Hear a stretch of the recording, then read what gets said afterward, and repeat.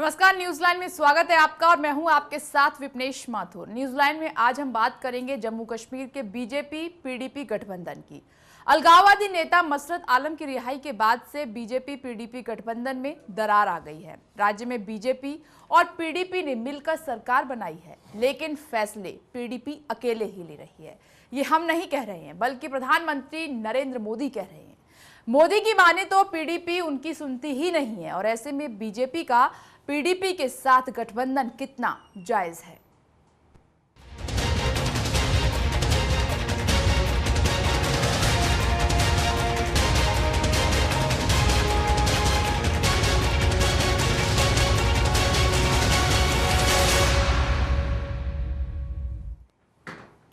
जम्मू कश्मीर के अलगाववादी नेता मसरत आलम की रिहाई पर शुरू हुआ बवाल थमने का नाम नहीं ले रहा है और इस मुद्दे पर आज संसद के दोनों सदनों में हंगामा बहुत जोरदार हुआ। प्रधानमंत्री नरेंद्र मोदी ने मामले में जो सफाई दी है वो कई बड़े सवाल खड़े करती है। मोदी की माने तो मुफ्ती सरकार उनसे कोई मशवरा करती ही नहीं और ऐसे में सवाल ये भी उठता है कि जब पीडीपी उनकी बात ही नहीं मानती तो गठबंधन क्यों नहीं तोड़ रही।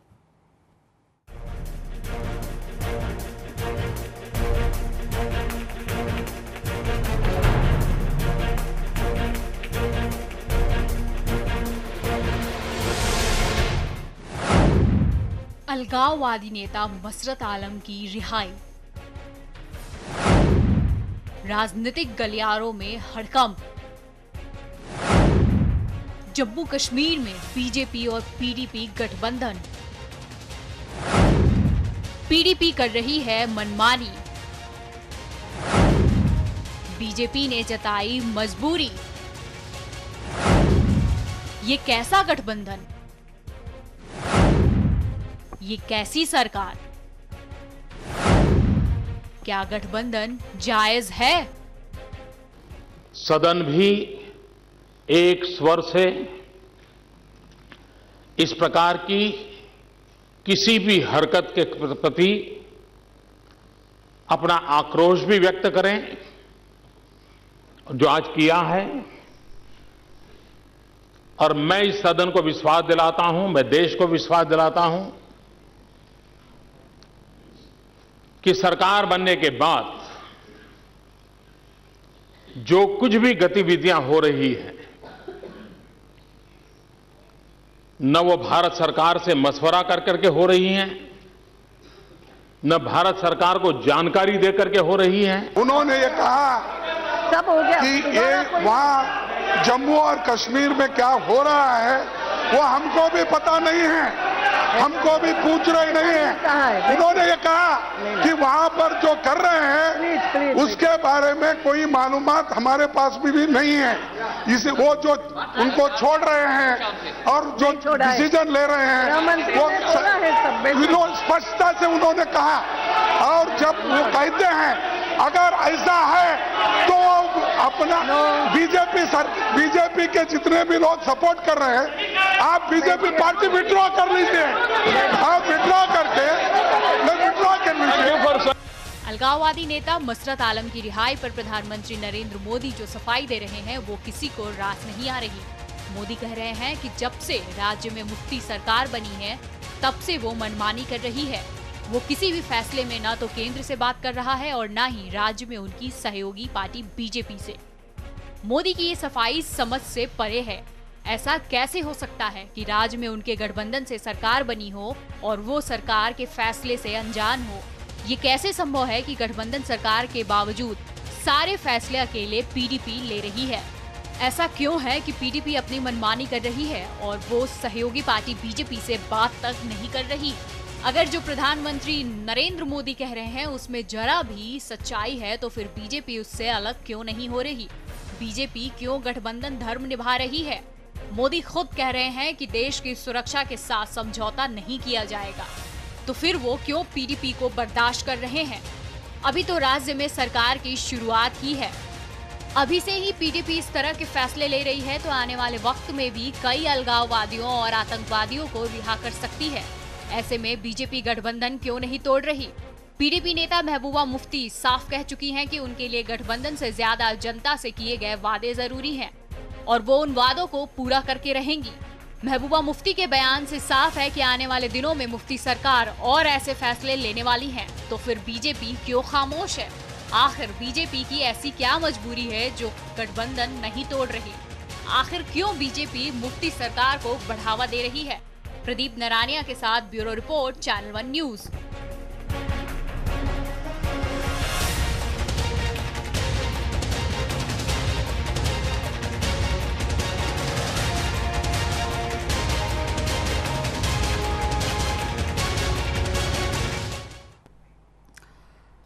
अलगाववादी नेता मसरत आलम की रिहाई कर दी जाती है, मगर जिस तरीके से देखा जाए और समझा जाए गठबंधन है जम्मू कश्मीर में पीडीपी और बीजेपी के बीच में, और जिस तरीके से 2 महीने लगे दोनों को साथ आने में, मगर जो परिणाम सामने निकल कर आ रहा है इस गठबंधन की सरकार का वो ये है कि पीडीपी मनमानी कर रही है, बीजेपी से पूछा नहीं जा रहा है। जिस तरीके से बीजेपी ने बताया है, महबूबा मुफ्ती साफ कर चुकी हैं अपने बयान में कि जो हमने वादे किए हैं वो हम पूरे करेंगे, चाहे इसमें बीजेपी की मंजूरी हो या ना हो, गठबंधन की उन्हें कोई परवाह नहीं है। अब सवाल ये उठ रहा है कि ये जो गठबंधन जम्मू कश्मीर में बना है बीजेपी और पीडीपी का, ये कितना ठीक है, कितना जायज है? इसी पर चर्चा करने के लिए हमारे साथ स्टूडियो में खास मेहमान मौजूद हैं। हमारे साथ राजनीतिक संपादक मनोज वर्मा मौजूद हैं, हमारे साथ बीजेपी के नेता संदीप दुबे मौजूद हैं, हमारे साथ कांग्रेस के नेता दुष्यंत शर्मा जी मौजूद हैं, और हमारे साथ वरिष्ठ पत्रकार पुष्प रंजन जी मौजूद हैं। आप सभी का बहुत बहुत स्वागत है इस खास चर्चा में।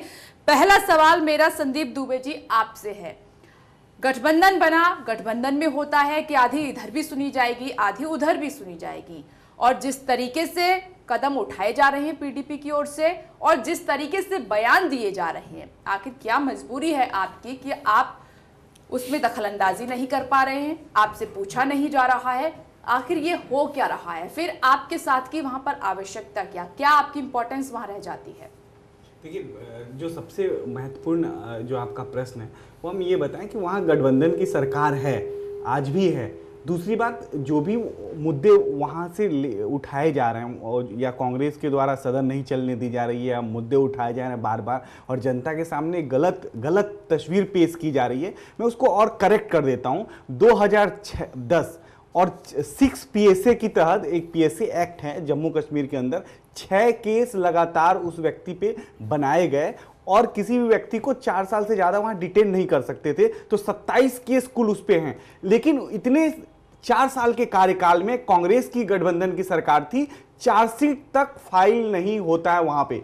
अब ये बताइए कौन कर रहा है देश को गुमराह, कौन वहां के आजादी बातें बड़ी बड़ी कर रहा है? सच्चाई ये है कि कांग्रेस के लोग मुद्दों को भटका रहे हैं और गलत तथ्य प्रस्तुत कर रहे हैं पूरे देश की जनता के सामने, क्योंकि सच्चाई वहां पे ये है कि आज की डेट में हमारी सरकार बनी है, गठबंधन की सरकार है। हाँ, नई सरकार है, थोड़े से समय लगेंगे, लेकिन अगर कुछ गलत भी है तो उस सारी छोटी छोटी सभी बातों पे हम लोग ध्यान दे रहे हैं और हमारे राष्ट्रीय अध्यक्ष जी खुद उनको ये जिम्मेदारी सौंपी गई है कि ये इस तरह की चीजें अगर कहीं से निकल के भी आती हैं तो उस पर संयम बरती जाए और ये चीजें ना हो, दोबारा ना दोहराई जाए। और दूसरा, आपने कहा कि क्या मजबूरी है कि वहां सरकार के साथ रहें।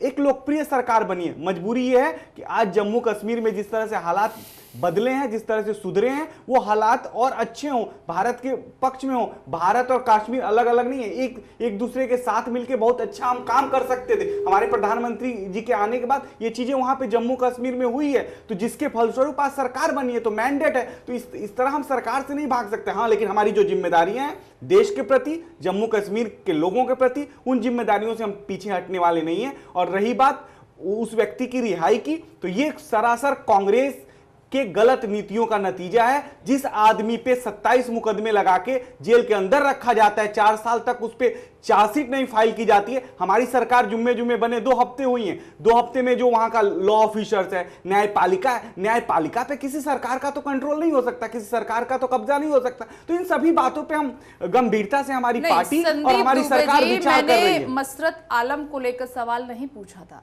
सवाल ये पूछा था मैंने आपसे जिस तरीके से प्रधानमंत्री की शायद आपने स्टेटमेंट नहीं सुनी। मसरत आलम को ही तो गृहमंत्री की शायद आपने स्टेटमेंट नहीं सुनी। सारा ये जो कहानी है, कांग्रेस के लोग जो बार बार सदन को नहीं चलने दे रहे हैं। कांग्रेस की अभी छोड़ दीजिए, बात अपनी कीजिए। आपने कहा कि हमारे पास जानकारी नहीं, हमें बताया नहीं गया, इस संदर्भ में इंफॉर्मेशन नहीं दी गई, सवाल उसको लेकर है। तो ठीक है ना, जो सत्य है वो कहने में क्या जाता है? क्यों आपको सच्चाई आप information जनता नहीं के दी गई? सामने नहीं आपको रखेंगे, बिना जनता बताए को इतना बड़ा बताएंगे। फैसला कैसे कर दिया देखिए, PDP ने? मैं फिर कह रहा हूं, ये सब जुडिस मैटर है, न्यायपालिका में ये मामला था, और चूंकि सरकार वहां पे नई बनी हुई है, तो एक न्यायपालिका और आपका कंट्रोल न्यायपालिका पे हो सकता है। है। संदीप दुबे जी, पीएम के बयान और आपके बयान में जमीन आसमान नहीं, का फर्क कोई है। जमीन आसमान का अंतर नहीं। दुष्यंत उन्होंने जी, जो पूछा कांग्रेस के इल्जाम लोगों ने आपके ऊपर सदन के गया है अंदर कि पूछा, आपने इस वो तरीके उन्होंने से सच्चाई से जवाब दिया। उनको बताया नहीं, क्योंकि बार बार प्रधानमंत्री जी की तरफ इशारा करके कांग्रेस के लोगों ने इस बात को इतना बतंगड़ बनाया और कहा कि भाई वहां तो देखो बहुत हालत खराब हो गए, क्या हो गया है। एक व्यक्ति जो 20-22 साल से, जिसने अपने बयान में कहा कि वो 20-22 साल से आ रहा है और जा रहा है, और 27 केस अभी हमारे बीजेपी के मित्र थे बेचारे, उन्होंने माना भी कि 27 केस उनके पास थे, और जो वो बयान दे रहे हैं उसे प्राइम मिनिस्टर ने, ये बयान प्राइम मिनिस्टर का बयान हाउस के अंदर ये है कि उनके नॉलेज में ऐसी बात नहीं है कि वहाँ के मुख्यमंत्री ने उनको छोड़ा है। तो उन्होंने साफ उससे वो साइड ले गए, अपना किनारा करके निकल गए, और उसके लिए उन्होंने ये पहली बात नहीं है। अभी शुरुआत में मुख्यमंत्री ने वहाँ ये भी बयान दिया था कि पाकिस्तान सरकार अलगाववादी आतंकवादियों के हम शुक्रगुजार हैं कि वहाँ प्रदेश में चुनाव हुए। ना तो उन्होंने देश की जनता को इसके लिए जिम्मेदार ठहराया, ना वहाँ सेना को जिम्मेदार ठहराया, और ना उस प्रदेश की संभ्रांत और शिक्षित जनता को जिम्मेदार ठहराया जिन्होंने चुनाव इतना भारी मात्रा में मतदान करके वहाँ के लोकतंत्र में विश्वास व्यक्त किया। अब एक और बात मैं आपसे विशेष तौर से कहूँगा कि देखिए, आप ये बात तो मान ही रहे हैं कि ये पार्टी भ्रमित करने वाली है, झूठ आरोप लगाने वाली है और एक गुमराह करने वाली पार्टी है। जिस देश का प्राइम मिनिस्टर इतना अक्षम हो, जिसको ये पता ना हो कि देश में क्या हो रहा है, उसकी सरकार जहाँ पे है, उनकी अपनी सरकार पीडीपी बीजेपी की सरकार प्रदेश के अंदर है, और देश का प्राइम मिनिस्टर ये कह रहे हैं कि साहब मुझे मालूम नहीं है कि प्रदेश में क्या हो रहा है। तो अगर प्राइम मिनिस्टर इतना अक्षम है, इतनी बार इंक्लूडिंग हुई, इतने बार लोग, जो उनका विशेष मुद्दा था, सुरक्षा का विशेष मुद्दा था उनका, और देश में उनकी सरकार के अंतर्गत उनके राज्य में उनकी सरकार है और वहाँ उग्रवादी छोड़े जाते रहे और वो साफ किनारा कर गए, और गृह मंत्री भी ये करें हम जो वहाँ से रिपोर्ट मांग रहे हैं। अब हम बाद में बात करेंगे आपसे इस बारे में, थोड़ा बताएंगे। और साथ में उन्होंने एक इतना अच्छा लच्छेदार भाषण दिया जिसमें नैतिकता की सारी जो प्रतिष्ठाएं थी वो उस पर उन्होंने रख दी। उन्होंने कहा कि नहीं, हम देश की एकता अखंडता से कोई समझौता नहीं करेंगे। तो कर क्या रहे हैं वो? अगर वो देश की एकता अखंडता से कोई समझौता नहीं कर रहे हैं तो कौन सा काम कर रहे हैं? जो पाप है उसको बोलने की कोशिश नहीं, वो ठीक है, भाषा का संयम बरतें, आपको जो मन है जो बोले, लेकिन मुझे बोलने दें आप। मैं आपसे एक बात कहता हूं कि देश में जो प्रदेश में जो सरकार है, क्या वो बीजेपी की सरकार नहीं है? क्या बीजेपी पीडीपी की सरकार नहीं है? और क्या अगर प्राइम मिनिस्टर ये कह रहे हैं तो क्या वो प्राइम मिनिस्टर अक्षम नहीं है?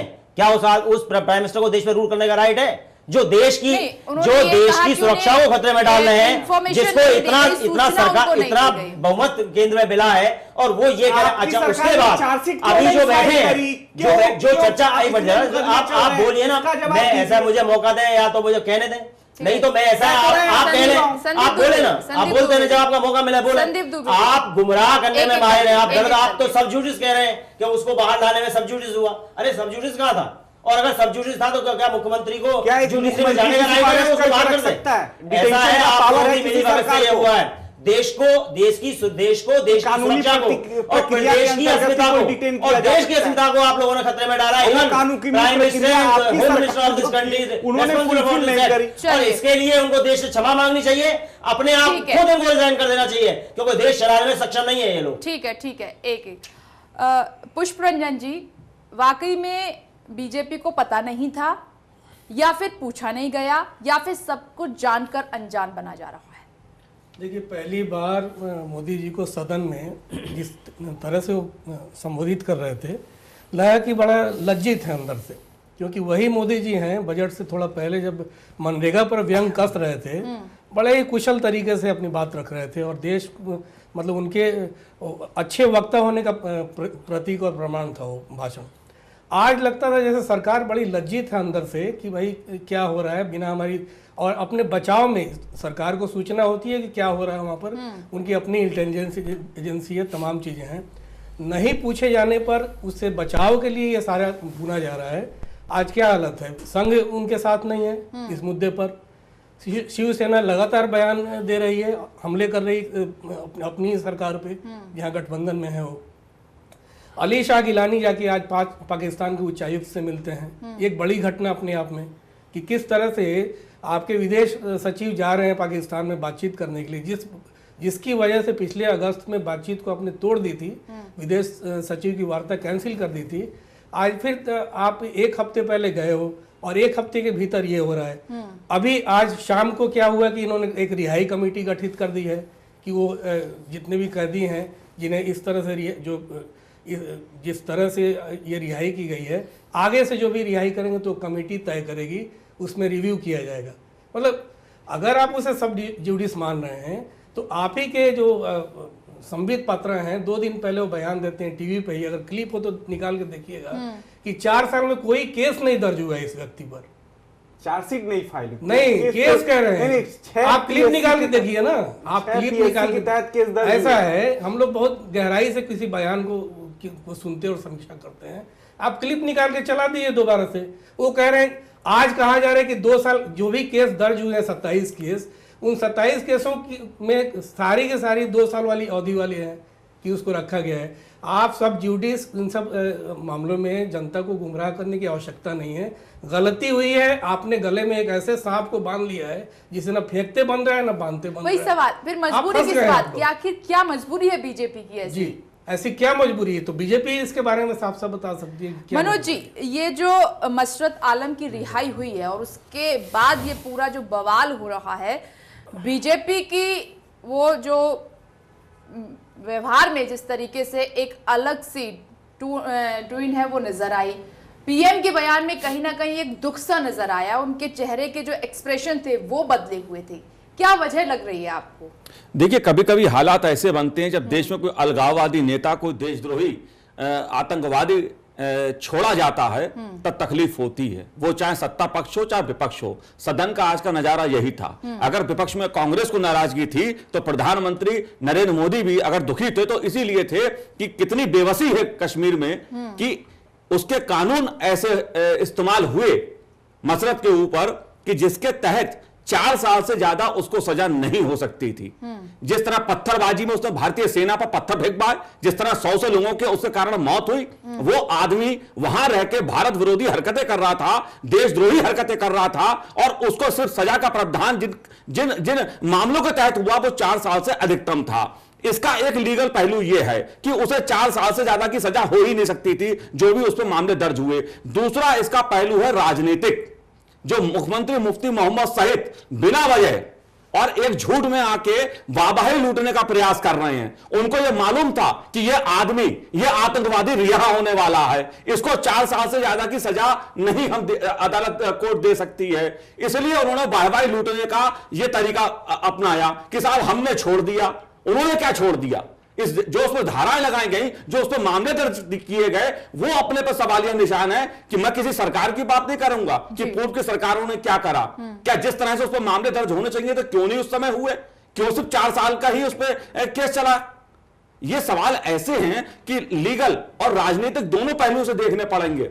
लीगल पक्ष कमजोर था इसलिए वो आतंकवादी बाहर निकला, वो अलगाववादी नेता बाहर निकला। दूसरा पहलू राजनीतिक है जिसका लाभ मुफ्ती मोहम्मद सईद उठाना चाहते हैं और जिसका लाभ दूसरी पार्टियां दिल्ली में उठाना चाहती हैं।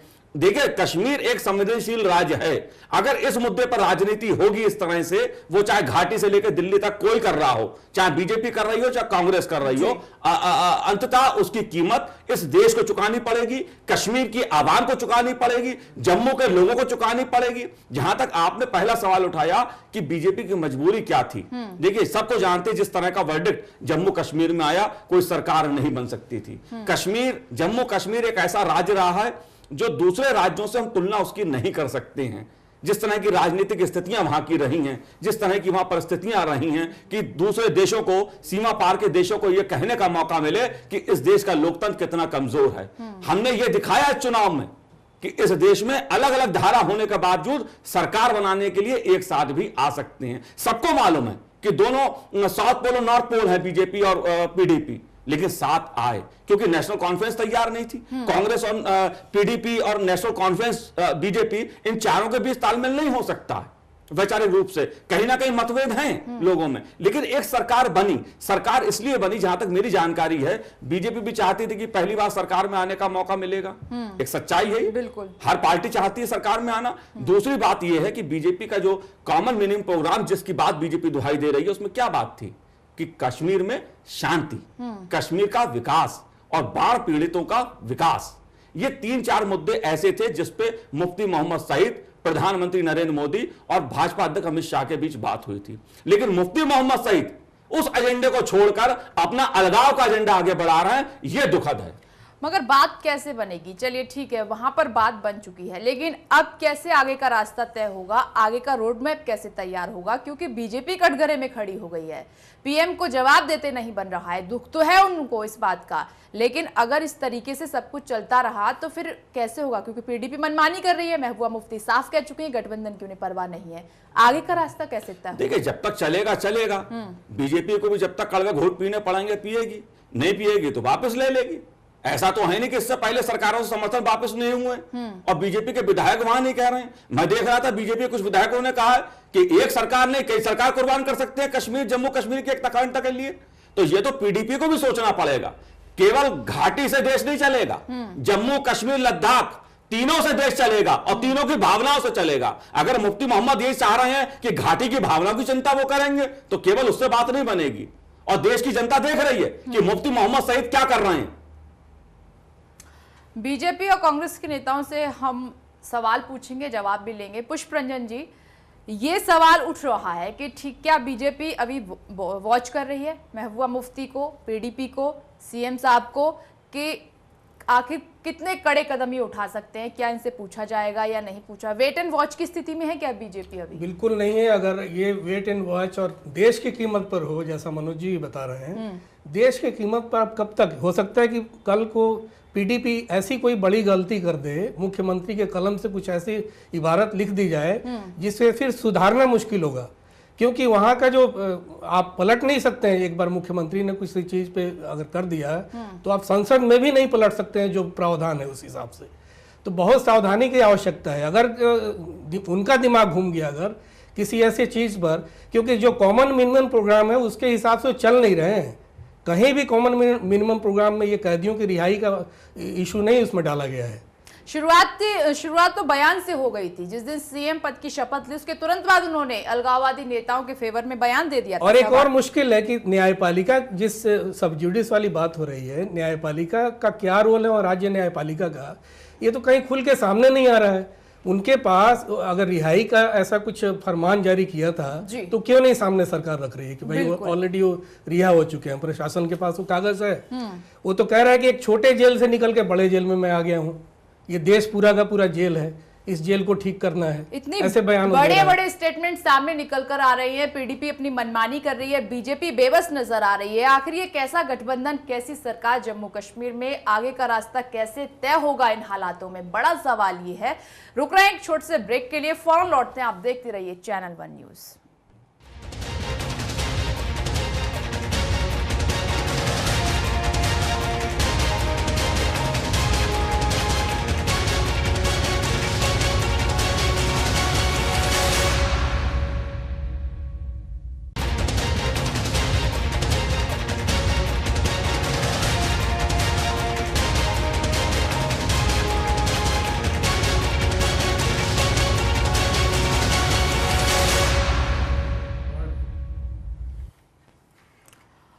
अलगाववादी नेता मसरत आलम की रिहाई को लेकर कहीं ना कहीं बीजेपी की जो मुश्किलें हैं लगातार खड़ी होती जा रही हैं। विपक्षियों ने हमला बोलना शुरू कर दिया है, जवाब मांगा जा रहा है। पीएम ने जवाब दिया लेकिन संतुष्टि विपक्ष को नहीं मिली और सवाल अब ये खड़ा हो रहा है कि आखिर क्यों बीजेपी गठबंधन नहीं तोड़ देती अगर बीजेपी की सुनी नहीं जा रही है। जाहिर सी बात है कि अगर गठबंधन में 2 पार्टियां हैं तो आधा आधा हिस्सा बनता है, इधर भी पूछा जाए उधर भी पूछा जाए, लेकिन ऐसा हो नहीं रहा है। पीडीपी अपनी मनमानी कर रही है। आज वो लोग सोच रहे होंगे जिन्होंने बीजेपी को वोट दिया कि हमें क्या मिला। तमाम सवाल खड़े हो रहे हैं। संदीप दुबे जी जवाब दीजिए, उन लोगों ने जिन्हें जम्मू में आपको वोट मिला है अच्छा खासा, आज वो लोग क्या सोच रहे होंगे, उनके ऊपर क्या बीत रही होगी। ऐसे जम्मू कश्मीर का विकास हो पाएगा क्या? बीजेपी की जब दखल अंदाजी नहीं है तो फिर आप कठपुतली बनकर रह जाएंगी, क्या भूमिका रह जाएगी फिर आपकी? नहीं, देखिए हम लोग पहले भी हमारी सारी बातें लगभग हमारे मनोज वर्मा जी ने कहा कि देश को हम आगे रख के, आगे सोच के हम काम कर रहे हैं। हमारे लिए देश पहले है। हमने कई सरकारें कुर्बान करी हैं देश के लिए। तो जम्मू कश्मीर का जो मामला है उसको लद्दाख भी जोड़ लीजिए, मनोज वर्मा जी ने कहा।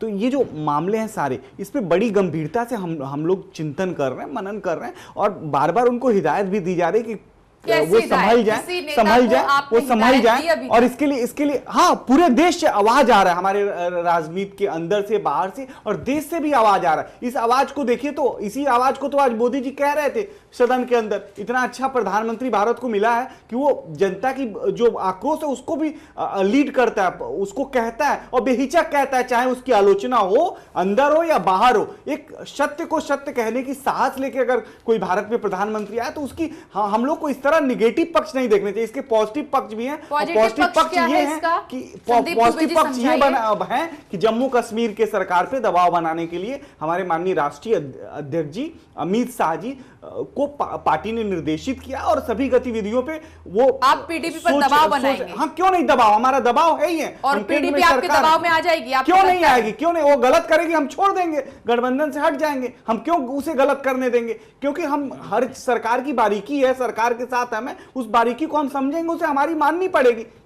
ऐसी क्या मजबूरी को हमारी नहीं माननी। जम्मू कश्मीर के सीएम ने शपथ लेते ही एक बयान दिया था, और काफी महत्वपूर्ण बयान था, और उसके कई मायने निकाले जा रहे थे। उन्होंने आतंकवादियों की तारीफ कर दी, अलगाववादी नेताओं की तारीफ कर दी कि ये ना होते तो शायद चुनाव नहीं हो पाता। उन्होंने तमाम सेना, तमाम फोर्स, तमाम जो पुलिस ऑफिसर लगे, चुनाव आयोग की मेहनत को गड्ढे में डाल दिया, पानी में डाल दिया। आपकी तरफ से चू भी नहीं हुई। लेकिन ये आप दूसरे पक्ष, इसके एक दूसरा भी पहलू है कि कई ऐसे लोग जो आतंकवादी थे, अलगाववादी थे, वो अब प्रजातांत्रिक व्यवस्था में विश्वास रख के और चुनाव में उन्होंने हिस्सेदारी ली, भाग लिया, और आज वो लोकतांत्रिक ढंग से काम कर रहे हैं। उन जैसे लोगों को अगर उन्होंने कुछ कह दिया, इसका दूसरा भी पक्ष है। आप कहें कि जो जेल में बंद हैं, जो पाकिस्तान द्वारा, तो हम दोनों पक्ष को अगर समायोजित करते हैं तो लोकतांत्रिक व्यवस्था में दोनों पक्ष को साथ में लेके और हम अच्छा लोकतंत्र डेवलप करना है। जम्मू कश्मीर के अंदर हमें मजबूत सरकार चाहिए जो सभी समस्याओं से, वहां की जो समस्या आज क्या, बाढ़ ने जम्मू कश्मीर की हालत खराब कर दी,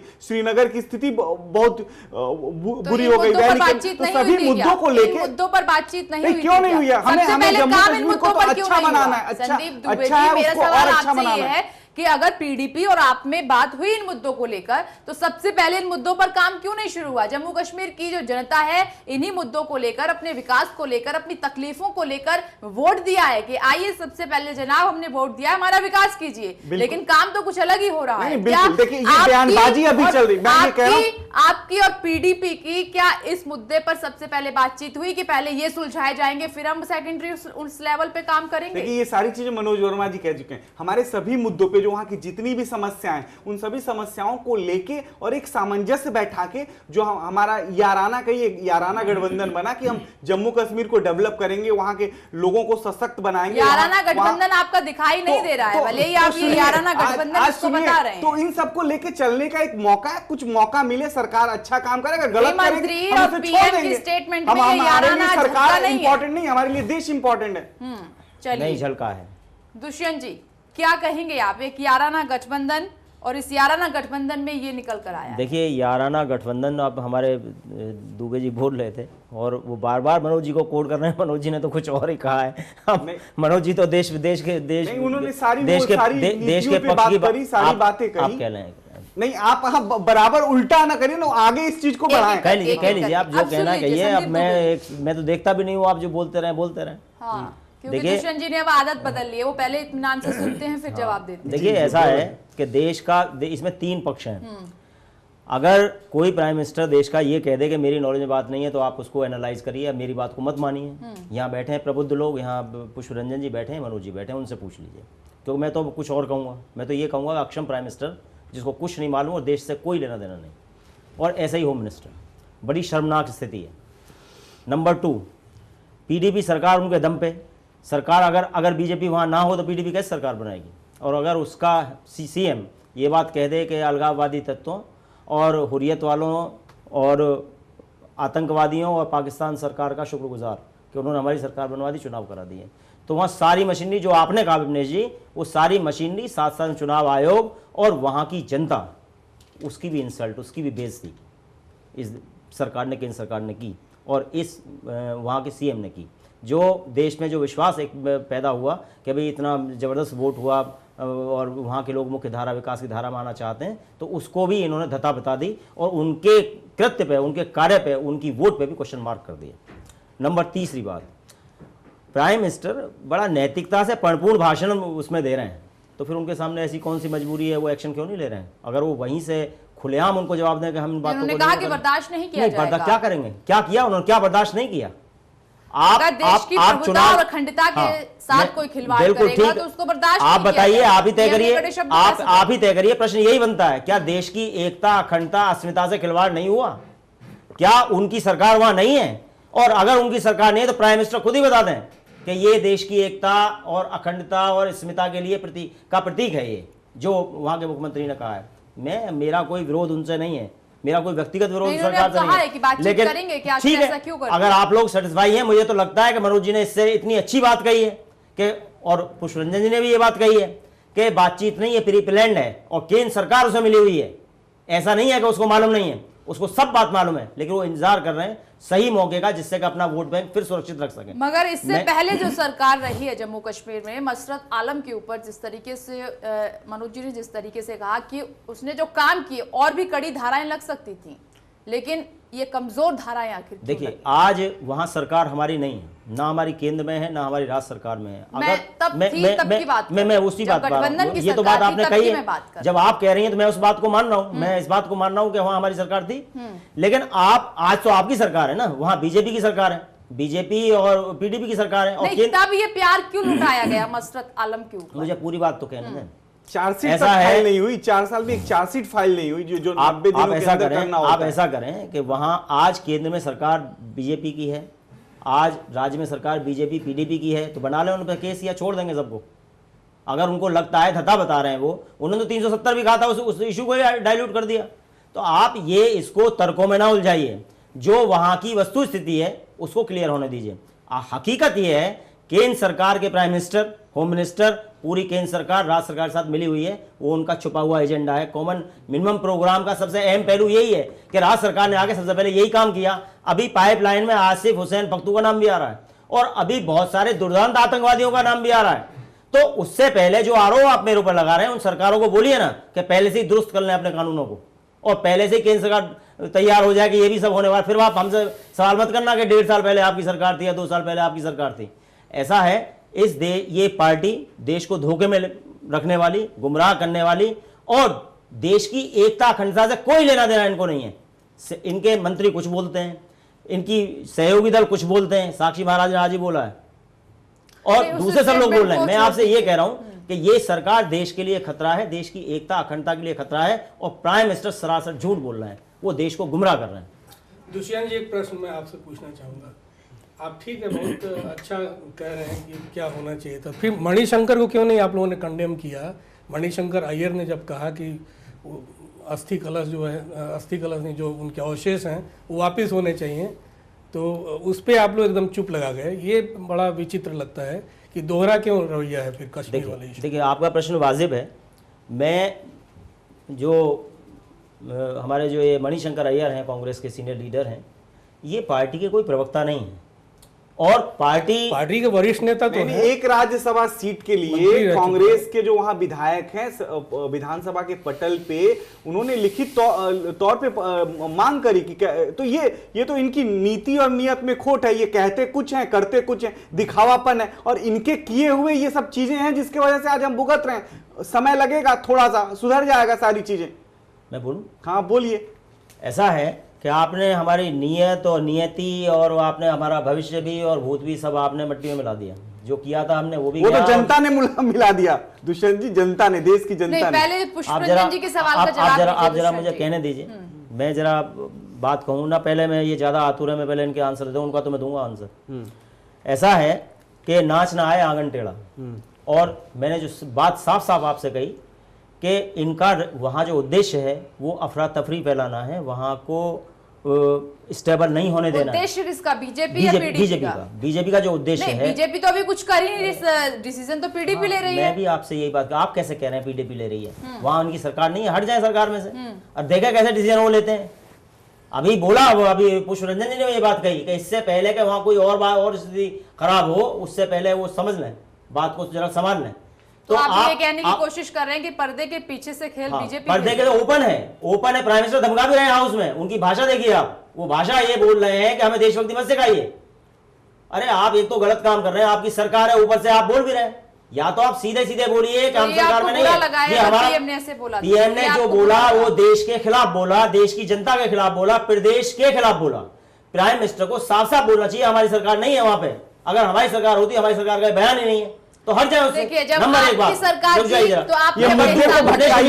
नंबर 2, आपके जो बात हमारे पुष्प रंजन जी कह रहे थे, उन्होंने एक प्रश्न किया था कि जो मणिशंकर अय्यर साहब हैं, आपका उस पर दोहरा रवैया क्यों? देखिए, कांग्रेस के वो प्रवक्ता नहीं है। अगर उन्होंने वो अपना बयान दिया तो अपने व्यक्तिगत कैपेसिटी में दिया।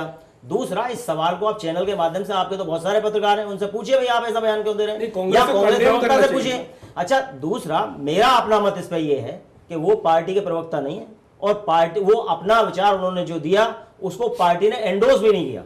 सीनियर लीडर तो है, मैं तो जो मैं कह रहा हूं मैं उसके लिए जिम्मेदार हूं। नहीं, आप सहमत हैं मणिशंकर अय्यर के बयान से? नहीं, मैं व्यक्तिगत रूप से मैं बिल्कुल सहमत नहीं हूं। मैं उस बात से सहमत पूरी तरह से सहमत नहीं हूं। विधायकों ने किया उससे आप पार्टी की जो बात है, पार्टी ने वो बात अपनी रखी नहीं है। चलिए, उसमें पार्टी विचार करेगी, पार्टी को जवाब नहीं है। उन्होंने, इनके सीनियर लीडर ने जो स्टेटमेंट दी, सहमत नहीं है। मेरा सवाल ये है कि आज सबसे पहले ये जो 2 महीने लगे सरकार बनने में, पीडीपी और बीजेपी साथ आए कुछ समझौतों के साथ, तो क्या सबसे पहले यही समझौते हुए थे, या फिर जिस तरीके से संदीप दुबे जी बात कर रहे हैं कि बाढ़ का है, वहां पर विकास का मुद्दा है, लोग तमाम समस्याओं से जूझ रहे हैं, सबसे पहले काम उन पर होना चाहिए था, लेकिन काम हो क्या रहा है? क्या जम्मू कश्मीर की जनता के साथ धोखा तो नहीं हो गया? 2 महीने लगे थे माधव जी को और अमित शाह जी को कि पूरा एजेंडा तैयार हो। कॉमन मिनिमम प्रोग्राम अभी 5-6 दिन पहले यहाँ के अखबारों में छापा इन्होंने, पूरे राष्ट्रीय दैनिकों में छापा गया है। और उसमें जो इनका पॉलिटिकल इनिशिएटिव है, उस पे 3 चीजों पे उन्होंने जोर दिया कि इंसानियत, कश्मीरियत और जमहूरियत। वाजपेयी जी के समय इस एजेंडे को लेके घाटी में चला गया था और उस एजेंडे का जो लक्ष्य रह गया था, उस लक्ष्य को हम पूरा करेंगे। घाटी में हम संवाद लोगों से स्थापित करेंगे, लोगों को मुख्य धारा में लाने की कोशिश करेंगे। ये तमाम चीजें इसमें हैं, लेकिन कहीं भी ये नहीं है कि कैदियों को किस तरह से आप रिहाई किस फार्मूले पे करेंगे, क्या उसके लिए बनना चाहिए था। घाटी में जो विकास के तमाम चीजें इस कॉमन मिनिमम प्रोग्राम में है, उस पे नहीं आ रही है सरकार। अभी उस पे उप मुख्यमंत्री को भी कॉन्फिडेंस में नहीं लिया जा रहा है, तो कैसे चलेगा? पूछा ही नहीं जा रहा है। बीजेपी का कहना है कि हमारे नॉलेज में नहीं है कुछ। आज जम्मू कश्मीर की जो बीजेपी शाखा के जो नेता हैं, आज बाकायदा गए थे मुख्यमंत्री से मिलने, ये आश्वासन लेने के लिए कि भविष्य में आप इस तरह से रिहाई नहीं करेंगे, इसमें पार्टी की फजीहत हमारी हो रही है, हमारे प्रधानमंत्री को जवाब देने में मुश्किल हो रही है। लेकिन सवाल ये कि आप ये तो राज्य में जो चल रहा है सो चल रहा है, दिल्ली में जो कुछ पक रहा है, यहाँ पर पाकिस्तान उच्चायोग जिस तरह से पका रहा है, इस पूरे तालाब में जो मछली मारने की चेष्टा पाकिस्तान कर रहा है, आप क्या कर रहे हैं? आपका विदेश मंत्रालय क्या चाहिए पाकिस्तान के उच्चायुक्त अब्दुल बासित को बुला के विरोध प्रकट करना कि आपने क्यों बात की, किस बिना पे आप बुला के अलगाववादी नेता से बात कर रहे हैं आज की तारीख में? क्या आपका एजेंडा आपका क्या रहा है? क्या घाटी में फिर दोबारा से आप अस्थिरता पैदा करना चाहते हैं? इन तमाम चीजों को, इस पे गृह मंत्रालय क्यों चुप है? ठीक है, जो गलती घाटी में हो रही है, मुख्यमंत्री जो कुछ कर रहे हैं वो कर रहे हैं। यहाँ पर क्या हो रहा है? दिल्ली में आपको क्या एक चिट्ठी भी या बुला के आपको बात नहीं करनी चाहिए विदेश मंत्रालय के? क्यों पाक कुछ कर क्या रहे हैं और आगे क्या करेंगे इस तरह से? ठीक है मनोज जी, जिस तरीके से सवाल उठ रहा है, और एक सवाल मैंने आपसे पूछा भी था, क्या बीजेपी वेट एंड वॉच की स्थिति में है?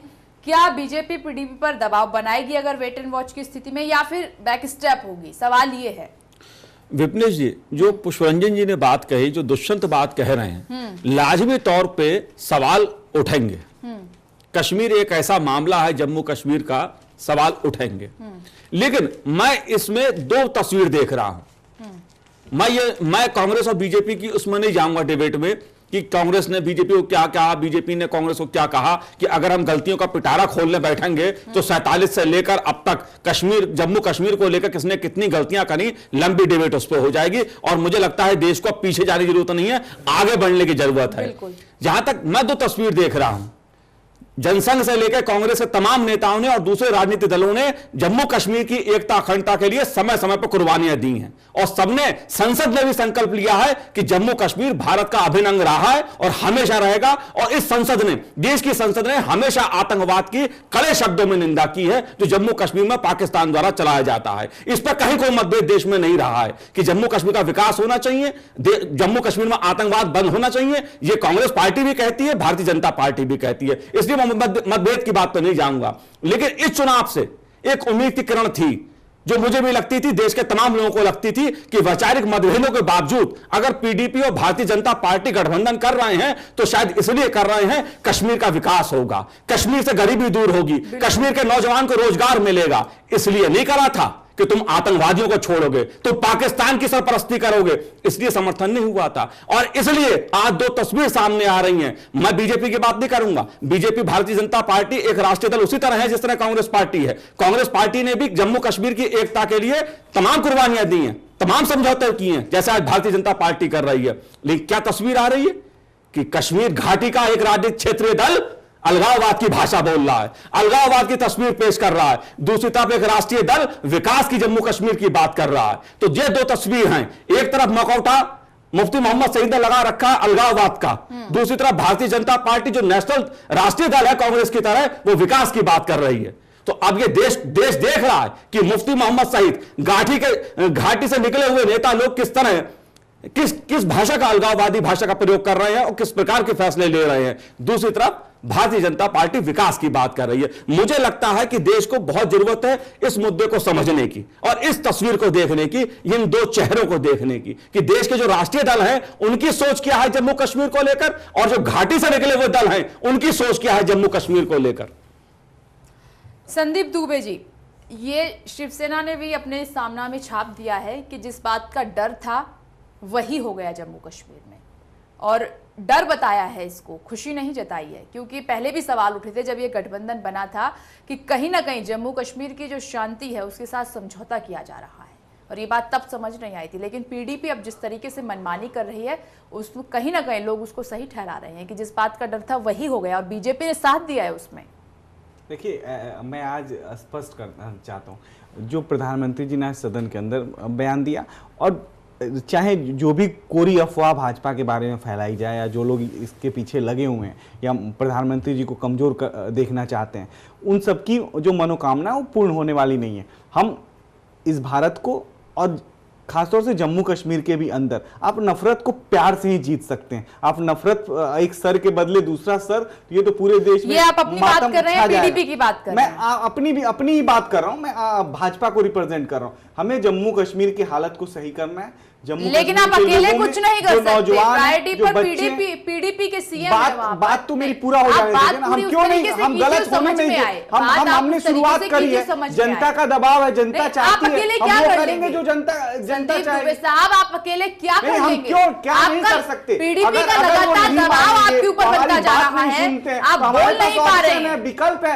हम लोग बाहर आ जाएंगे, सरकार से बाहर आएंगे, क्योंकि लेकिन हम ये नहीं चाहते कि जम्मू कश्मीर की हालत अब बद से बदतर हो। जो स्थिति जम्मू कश्मीर की है उसमें सुधार की बहुत जरूरत है, और जम्मू कश्मीर के लोगों का विश्वास जो उम्रियत में बहुत दिनों आया है उसको और मजबूत बनाना है। हमें मिलके आगे बढ़ना है, हमें इस देश को मजबूत बनाना है। तो ये बहुत बड़ी सोच के साथ हम लोग काम कर रहे हैं। इंतजार किस बात का है? पीडीपी के साथ फ्रंट पर आकर आप बातचीत कीजिए कि सबसे पहले हमें हमारे प्रतिनिधिमंडल वहां गए हैं, हमारे पार्टी की तरफ से अधिकृत मोदी कह रहे हैं, अमित शाह जी अधिकृत किए गए हैं, तो राष्ट्रीय अध्यक्ष अधिकृत है, तो कुछ समय तो दीजिए, चीजें सब अपने आप सही हो जाएंगी। इसमें एक चीज मैं जोड़ना चाहता हूं, मुझे ऐसा लगता है कि भारतीय जनता पार्टी अगर इसमें समय ले रही है तो कहीं ना कहीं उसके पीछे एक बहुत बड़ी वजह यह है कि वो पीडीपी को यह कहने का मौका देना नहीं चाहती या पाकिस्तान को यह कहने देने का मौका नहीं चाहती कि देखिए भारत देश की नेशनल पार्टी ने वहां पर सरकार नहीं चलने दी, वहां जमहूरियत नहीं होने दी, वहां लोकतंत्र नहीं होने दिया। इस तरह की भाषा का प्रयोग ये पीडीपी के लोग बाद में कर सकते हैं, अलगाववादी नेता कर सकते हैं। मुझे लगता है इसलिए थोड़ा समय शायद भारतीय जनता पार्टी का नेतृत्व ले रहा है। लेकिन जैसा बीजेपी के हमारे प्रतिनिधि संदीप जी कह रहे हैं, तो निश्चित रूप से देर सवेर बीजेपी नेतृत्व को फैसला लेना ही पड़ेगा। पुष्परंजन जी, इत्तेफाक रखते हैं इस बात से? नहीं, एक खतरा, देखिए दो चीजें हैं जिस पर उस खतरनाक पक्ष पे हम लोग कम जा रहे हैं। एक तो हुर्रियत नेता जिस तरह से अपने उस अतिवादी खाल से बाहर निकल रहे हैं और जिस तरह से पाकिस्तान को फिर से आकर्षित करने की कोशिश कर रहे हैं, मुख्य इसके पीछे फंड होता है, पाकिस्तान से उनको लेना होता है फंड, ताकि घाटी को अस्थिर कर सकें। उस नाते एक नेता यहाँ दिल्ली में बैठा है जो आज मिला उच्चायुक्त से, उसे भारत सरकार अपने स्तर पर, मैं दोहरा रहा हूँ बार बार इस बात को, कि भारत सरकार अपने स्तर पर उसे रोकने की कोशिश नहीं कर रही है। आप चाहते तो हाई कमिश्नर से उस मुलाकात को किसी भी तरह से रोक सकते थे। तो यानी आपके दिल्ली में आप नहीं कंट्रोल कर पा रहे हैं। जो अलगाववादी नेता घाटी से उठ के आ रहे हैं और यहाँ पर पाक उच्चायुक्त में जाके मिल रहे हैं, उन्हें आप कंट्रोल नहीं कर पा रहे हैं, रोक नहीं पा रहे हैं, तो आप घाटी में कैसे रोक लेंगे? घाटी में आज भी जुलूस निकला है कई ऐसे इलाकों में, 2-4 दिन पहले से निकल रहा है जुलूस, अलग अलग जो वहाँ के अलगाववादी नेता है वो निकाल रहे हैं। आज तो अभी एक 10% अलगाववादी नेता वहाँ पर स्वर अपना उठा रहे हैं। आगे चल के ये लगातार अगर 30, 40, 50% भी इस तरह की आवाज़ें उठी, और आप भीड़ देखिए, जो विजुअल्स आ रहे हैं उस विजुअल्स में भीड़ दिख रही है, तो एक तरह से ये बड़ा खतरनाक संकेत है। सवाल अब ये उठ रहा है कि ठीक है, बीजेपी अभी देख रही है, सब कुछ देखने के बाद बीजेपी क्या कर लेगी? अगर पीछे हटती है तो ये कितना सही रहेगा कदम? क्या बीजेपी दबाव पीडीपी पर बना पाएगी? क्या अपनी बात रख पाएगी? क्या पीडीपी मौका देगी? ये होगा क्या? जम्मू कश्मीर की जनता के साथ इंसाफ कैसे होगा? मुझे तो राजनीतिक पार्टियों के अपने अपने हित हो जाएंगे। विघ्नेश जी, मुझे पीडीपी का एक भी प्रवक्ता अब तक नहीं मिला जिसने ये महसूस किया हो कि ये जो हुआ है गलत हुआ है। इसमें हमें चाहिए था कि केंद्र सरकार से मशविरा करते, इसमें चाहिए था कि उप मुख्यमंत्री से हम बातचीत करते और उनसे शेयर करते सूचनाओं का। एक भी प्रवक्ता, तमाम चैनल पे, अखबारों में जितने भी प्रवक्ताएं हैं, वो इस बात को सही ठहरा रहे हैं कि उन्होंने जो किया बिल्कुल ठीक किया है। तो मगर विपक्ष सवाल ये उठा रहा है, जैसे दुष्यंत जी ने कहा कि सब कुछ मालूम है बीजेपी को, अब भाजपा पहले से ही तय हो चुका है, लेकिन बीजेपी जानकर नहीं, यदि मालूम है तो इसका मतलब आपका राष्ट्रवाद जो है छद्म राष्ट्रवाद है। आप जिस राष्ट्रवाद के एजेंडे पर देश की जनता से वोट लेते रहे, या जो पाकिस्तान के विरोध में तुर्की व तुर्की जवाब देने की कस्में खाते रहे, ईंट का जवाब पत्थर से देने की बात करते रहे, आज तो सारा धीरे धीरे निकल जाएगा, सारा वो गुब्बारा धीरे धीरे पिचकना शुरू हो जाएगा। तो कहाँ आपका वो राष्ट्रवाद है?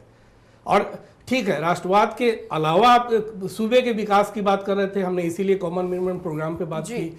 घाटी में बाढ़ से तबाह उस घाटी को फिर दोबारा से वहां पर कैसे खड़ा करना है, इस पे तो बात ही नहीं हो रही है, इस पे कोई प्रोग्राम नहीं बन रहा है, सारा कुछ भटक सा गया है, सब कुछ अलगाववाद की और सर एक बड़ा सवाल ये है कि हम बीजेपी की बात कर रहे हैं, पीडीपी की क्या जिम्मेदारी बनती है? जनता ये भी तो देख नहीं, देश के प्रति और सूबे के प्रति तो पीडीपी अपने जिम्मेदारी से पीडीपी अपना कर्तव्य कैसे निभा रही है, किस तरीके से विकास के रूप में अपनी जिम्मेदारी को निभा रही है, कि अलगाववादी नेताओं का साथ दिया जा रहा है जो घाटी जूझ रही है बाढ़ की समस्या से, तमाम मुद्दों, उस तरफ पीडीपी का ध्यान नहीं है सबसे पहले।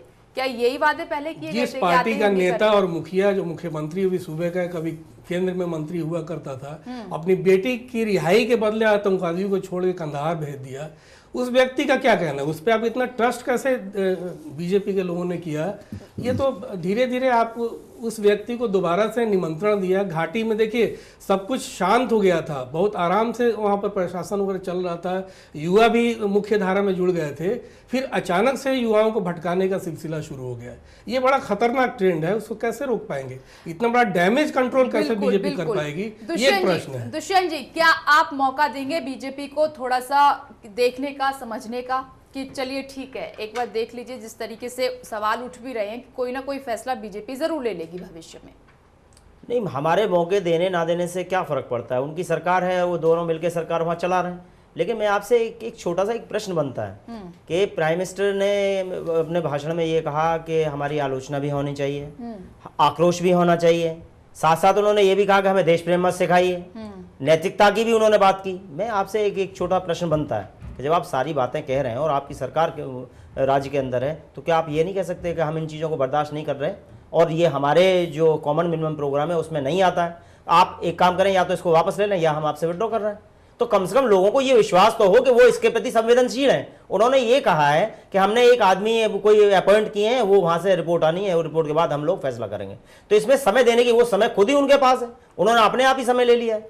मेरा आपसे जो प्रश्न है, मैं इस बात से थोड़ा मुझे दुख है कि जिसमें अभी हमारे पुष्परंजन जी कह रहे थे कि घाटी में स्थितियां ठीक हो रही थी, युवा मुख्य धारा में आ रहा था, मनोज जी ने भी ये बात कही, और इसका सबसे बड़ा प्रतीक जो है वो ये है कि वहां वोटिंग बहुत अच्छा हुआ, बहुत अच्छा वोटिंग परसेंटेज हुआ, वो इस बात का प्रतीक है। उसमें आप कम से कम मुख्यमंत्री की जो मंशा ये थी कि अलगाववादियों की वजह से, आतंकवादियों की वजह से और पाकिस्तान का शुक्रगुजार, इनकी वजह से यहाँ पे सरकारें बन रही, यहाँ पे चुनाव हो गया, बहुत अच्छा चुनाव हो गया।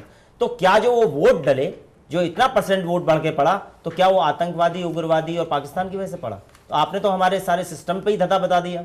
आपने तो चुनाव आयोग को ही क्वेश्चन में ला दिया, और इवन चुनाव आयोग से बड़ी वहां की जनता जो इतना निकल के आई और उन्होंने ये बात माना कि हम विकास की मुख्यधारा में आए, हम देश की मुख्यधारा में आए, जिससे कि हम लोग अपना वोट ठीक से करें, तो हमारे प्रदेश में, एक सेकंड, हमारे प्रदेश में ठीक से वहां की परिस्थितियां ठीक हो सके।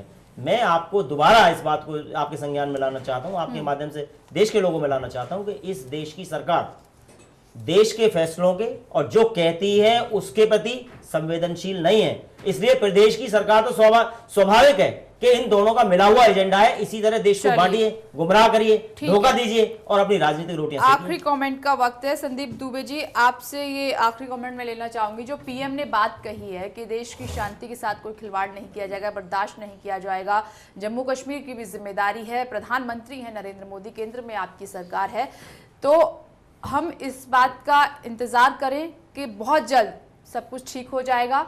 बीजेपी का जो एजेंडा है, सरकार का जो एजेंडा होना चाहिए, जिस प्रोमिसेस के साथ आप आगे बढ़े थे, उन पर काम होगा, दिखाई देगा।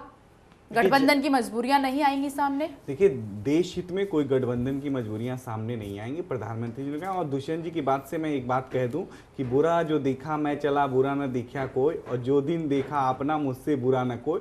तो बुराई देखने के बजाय समाज की जो अच्छाई है उसको हम स्प्रेड करें, अवेयर करें, और इस भारत को बहुत मजबूत भारत बनाएं, और भी मजबूत बनाएं, और लोगों में जो नफरत है उसको मिटा के हम एक प्यार का भारत बनाएं, जहाँ प्यार से हम सब लोग रह पाएं और आगे बढ़ पाएं। चलिए, आप सभी का बहुत बहुत शुक्रिया इस खास चर्चा में शामिल होने के लिए। अब देखने वाली बात ये होगी कि बीजेपी पीडीपी को क्या अपनी बात समझा पाएगी, या जिस तरीके से पीडीपी अपनी मनमानी कर रही है उसको बीजेपी रोक पाएगी। फिलहाल इतना ही। आप देखते रहिए चैनल 1 न्यूज़।